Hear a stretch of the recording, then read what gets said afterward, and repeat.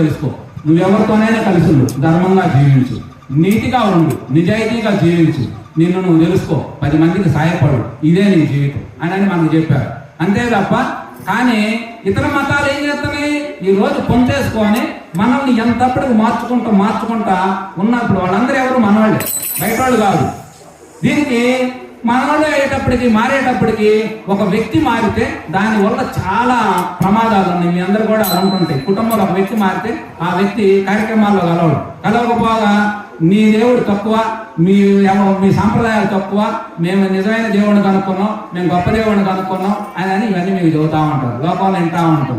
కానీ ఇవన్నీ మా తగ్గాలి, ఇవన్నీ పోవాలి అంటే మన గురించి పూర్తిగా మనకు తెలియాలి.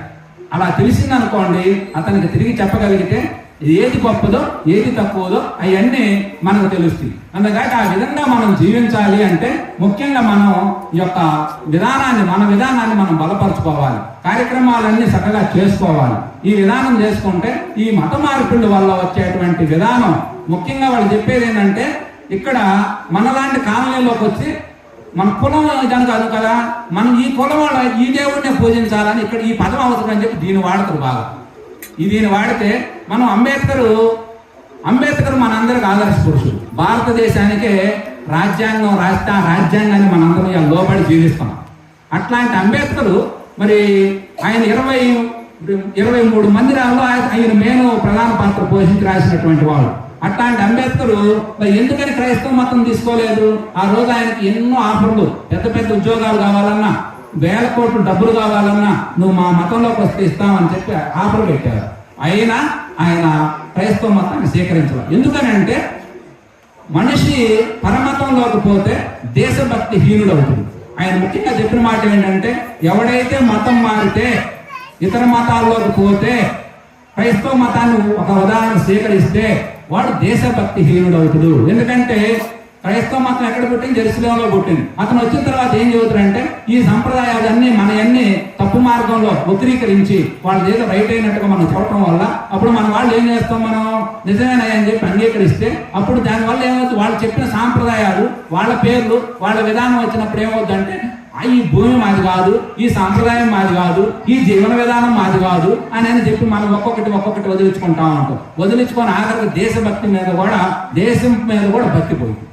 అప్పుడు దేశభక్తి హీనుడైతే మనకి దేశంలో మనకు మహాత్ములు 64 కళలు మనకి చక్కగా అందించారు. కళలన్నీ పిల్లలకి ఇవ్వాలి, చక్కగా పాటలు పాడుకుంటూ డాన్స్ చేస్తారు. ఎన్ని రకరకాల కళలు, ఐకమత్యంతో కూడుకున్న కళలు ఉన్నాయి. ఆ కళలన్నీ రేపు మన పిల్లలకు దూరం అయిపోయిన తర్వాత ఒక యంత్రం నాకు తయారవుతుంది. ఉపయోగం ఏముంది? కాబట్టి వీటన్నింటినీ అప్పుడు అందుకే ఆయన చెప్పింది, ఎవరైతే నీకు పరమతానికి చేరితే మానవుడికి కనుక ఆవిడికి కుల వ్యవస్థకు పోయేటట్టయితే చేరవచ్చు, కానీ పోదుగా పానకాడికి నువ్వు చేరటం ఎందుకు, దేశభక్తి హీనుడవుతుడు, అందుకాటి నువ్వు చేరాల్సిన పని లేదు అని చెప్పి ఆయన అప్పుడున్న పరిస్థితుల్లో బుద్ధిజాన్ని ఆయన తీసుకున్నాడు. బౌద్ధ మతం ఎందుకు తీసుకున్నాడంటే, బుద్ధుడు భారతీయ ముద్దు బిడ్డ, మన దేశం కోసం ఆయన గొప్ప జ్ఞాని కాబట్టి ఆయన అనుసరించాడు. వీళ్ళందరూ మా కులం, మాకు అంబేద్కర్ అని చెబుతూ, మరి అంబేద్కర్ ఆశయాలకు తగ్గట్టు నువ్వు నడుచుకో, నువ్వు ఇతరుల దాంట్లోకి ఎందుకు పోతావు అంటే వీరికేం ఆ చిత్తశుద్ధి ఆ విధానం లేదు. నిజంగా అంబేద్కర్ వారసులందరూ కూడా బౌద్ధిజాన్ని తీసుకోవాలి. ఆయన బుద్ధుడుగా వేషం వేసుకున్నాడు, ఆయన మంత్రం తీసుకున్నాడు, ఆయన జీవితాన్ని జీవించిండు. బుద్ధ ధర్మం అనేటువంటి ఒక పెద్ద గ్రంథం రాస్తే దాన్ని భారతదేశం మొత్తం అనేక భాషల్లో ప్రింట్ చేసి అందరికి అందించారు. ఎందుకంటే మానవ జీవితం ఎట్లా జీవించాలో అందులో స్పష్టంగా చెప్పబడి ఉంది. అట్లాంటి మరి అంబేద్కర్ వారసత్వాన్ని మనం పుణికిపుచ్చుకొని అంబేద్కర్ లాగా జీవించకుండా ఈ బ్రతుకు తెరువు బ్యాచ్ అందరూ, ఈ దశంభాగస్తులందరూ ఏం చేస్తారంటే, మీరందరికీ రకరకాల అవసరం వచ్చిన పదాలన్నీ ప్రయోగిస్తారు మన మీద. కానీ మన మతంలో మనకి ఎప్పుడు కూడా అర్చకత్వంలో బ్రాహ్మణులు, నిజమైన బ్రాహ్మణుడు భారతం తెలియజేస్తుంది. ఈ నోరు తెలిసి నాకు ఇంత ఇయ్యమని కానీ ఇలా ఉండమని కానీ చూడడానికి వీల్లేదు. బ్రాహ్మణుడు ఎప్పుడూ కూడా యథాశక్తి ప్రకారం ఇయ్యమని అంటా ఉంటాడు. మీరు వినండి ఎప్పుడన్నా. కానీ అవతల వాళ్ళందరూ దశమ భాగం అంటే నువ్వు సంపాదించే దాంట్లో 10 రూపాయలు 10% చేసుకొచ్చి ఇవ్వాలని చెప్పి రూల్స్ పెడితే, ఇవాళ మొట్టమొదట ఇక్కడికి వచ్చి ఏమీ రానటువంటి వాళ్ళు వచ్చిన తర్వాత వాళ్ళు మామూలుగా వస్తే కాళ్ళకి చెప్పులు కూడా ఉండవు. వాళ్ళు ఫస్ట్ వచ్చినప్పుడు ఒక 5 ఏళ్ళ 10 ఏళ్లలో కారు కొనుక్కొని తిరుగుతుంటారు రాష్ట్రంలో. ఎందుకు? ఎక్కడి నుంచి వస్తుంది వాళ్ళకి భౌతికమైన సుఖాల మీద అంత లాలస్ ఎందుకు అంటే, ఇవన్నీ ఏం చేస్తానంటే ఇవాళ మరి విచిత్రమైనటువంటి పోగడలన్నీ టచ్ అంటాడు. ఏందో మన టచ్ పడి కింద పడిపోయి కింద కొట్టుకుంటాడు, లేచిపోతాడు. ఏమవుతుంది అందులో ఏమైనా వస్తుందా? ఏమీ రాదు. ఎందుకంటే మనుషుల్ని అజ్ఞానం చేస్తున్నారు.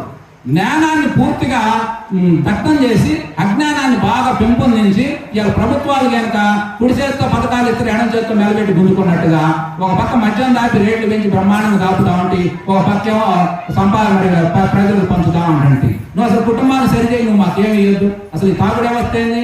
తెలిసి తెలియని చిన్న వయసులో 30-35 ఏళ్ళు నిండకుండానే మగవాళ్ళు మద్యం సేవించి అనేక రకాల యాక్సిడెంట్లు రకరకాల గురైపోతే ఆడపిల్లలు అసలు ఎట్లా బ్రతకాలి, వాళ్ళ వయసు ఎంత, వాళ్ళ పిల్లలు వాళ్ళు ఎట్లా బ్రతకాలా, ఇవన్నీ మేము దృష్టి లేదా?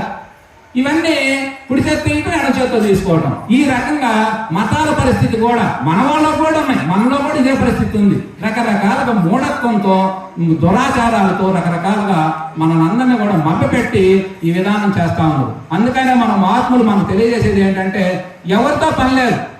నీకు భగవంతుడు అనేది ఖచ్చితంగా ఉన్నాడు, లేడంటానికి వీల్లేదు. నీకు తెలిసినా తెలియకపోయినా భగవంతుడు అసలు అర్థం కాకపోయినా అర్థమైనా మన జీవన విధానంలోనే భగవంతుడు ఉన్నాడు. ఎందుకంటే మన జీవన విధానం ఇదంతా కూడా దైవం యొక్క సృష్టి, అద్భుతమైనటువంటి ఆయన యొక్క స్థితి విలాసం. ఆయన స్థితి విలాసం అంతా ఆనందం కోసం సృష్టించిన దాంట్లో మన అందరం ఐకమత్యంగా ఆనందంగా వేరు వేరు అనే మాట అసలు మనం వాడం. కాబట్టి మనంతా కూడా పరతత్వం దైవతత్వమే ఉన్నది. కాబట్టి ఆ దైవం అనే దాన్ని మనం తెలుసుకోవటం కోసం మనం చక్కగా ఇట్లాంటి ఎన్నో మరి చేసుకోవాలి. ఇవన్నీ బయట నుంచి అనేక రకమైన మనకు ఒడిదుడుకులన్నీ వచ్చి పడతా ఉంటాయి. కాబట్టి మనం మరి దేవుడు దైవం భగవంతుడు అనేది నిజంగా ఉన్నాడా, ఉంటే ఎక్కడ ఉన్నాడు, ఆయన చేసే పని ఏమిటి అనేటువంటి ఒక కథని మనం చెప్పుకుందాం.